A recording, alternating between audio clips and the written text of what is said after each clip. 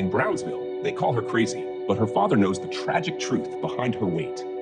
In a small southern town where whispers travel faster than the summer breeze, a heartbreaking tale unfolds each day on Main Street.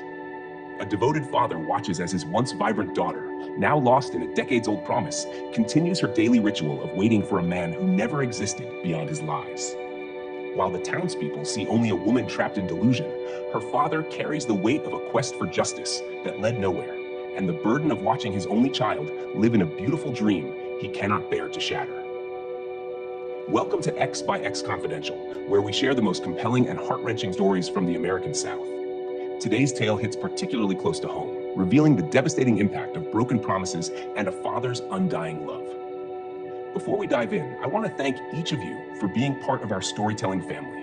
If you're moved by these stories as much as we are, please smash that like button and don't forget to subscribe and hit the bell to get notifications when we release our next video. Your support helps us continue sharing these important stories that might otherwise be lost to time. My baby girl isn't the same anymore, and it breaks my heart every single day. The creak of her bedroom floorboards every morning reminds me she's still here, but only in body. I remember watching her grow up, the scent of her mama's lavender sachets trailing behind her as she'd twirl in her Sunday dresses, making her mama's flower garden, with its riot of colors and sweet honeysuckle air, the stage for her dreams. Now at 41, my daughter still lives in her childhood bedroom, the faded pink walls covered with yellowing photographs and dried roses that rustle like paper wings in the breeze from her open window. That sticky summer evening when she first met him still haunts me. The air was thick with the smell of fresh-baked peach pies and church social punch, sweet enough to draw bees. My little girl, the belle of our small town, was serving slices, the clink of plates and soft murmur of conversation filling the fellowship hall, when this stranger walked in. The heavy wooden doors groaned open, and everything seemed to go quiet. I saw it happening, but couldn't stop it. The way his dark eyes caught hers, how his fancy suit pressed crisp despite the humid air, and mirror-polished shoes made him stand out among our humble townfolk in their worn Sunday best. Most fathers can tell when they're about to lose their daughter, but I never imagined I'd lose her like this. This con man, this smooth-talking devil who swept into our lives, smelling of expensive cologne and false promises, did more than just break my daughter's heart. He shattered her mind. The soft twang in his voice made his lies sound like honey-coated truth, spinning tales about some grand mansion and the fine life they'd lived together. My warnings fell on deaf ears, drowned out by the sound of her racing heart and his whispered promises under the magnolia trees. After he disappeared, leaving my daughter standing in her white dress at the empty church, the rage in my heart drove me to hunt him down. I spent every penny I'd saved for their wedding on private investigators instead. For 3 long years, I followed whispers and rumors down dirt roads and through small towns across 4 states. Every dark-haired stranger in a fancy suit made my hands clench into fists. Every smooth-talking salesman's voice had me spinning around, hoping I'd finally found him.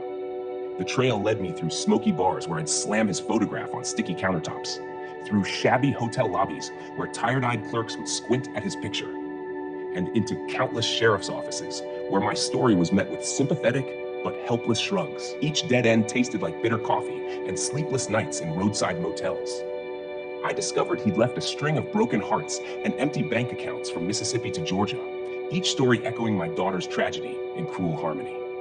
Some nights, when I'd come close, I could almost smell that expensive cologne he wore, could almost hear that soft laugh that had charmed my baby girl. But he was like trying to catch smoke with bare hands, always just out of reach, leaving nothing behind but the acrid scent of another failure.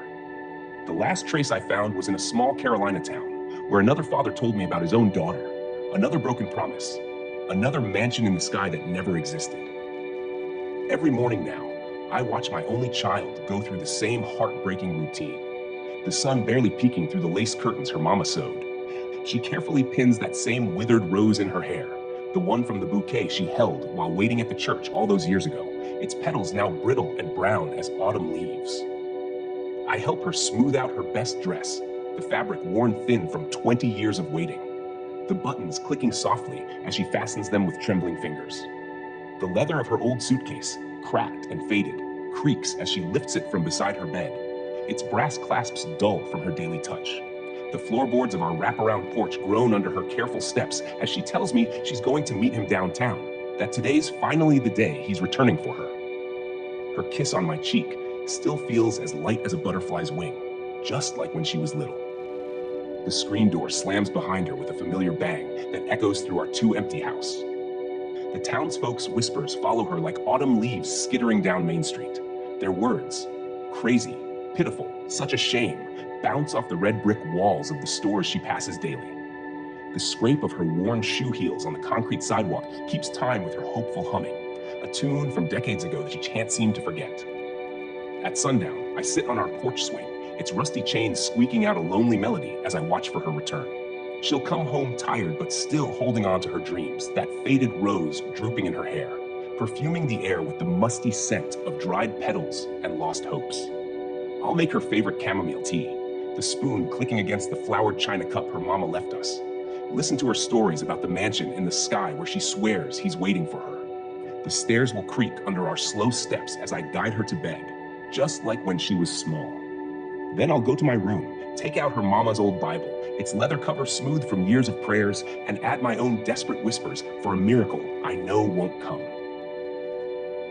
I want to thank you all for joining me for this heartbreaking tale of love, loss, and a father's undying devotion.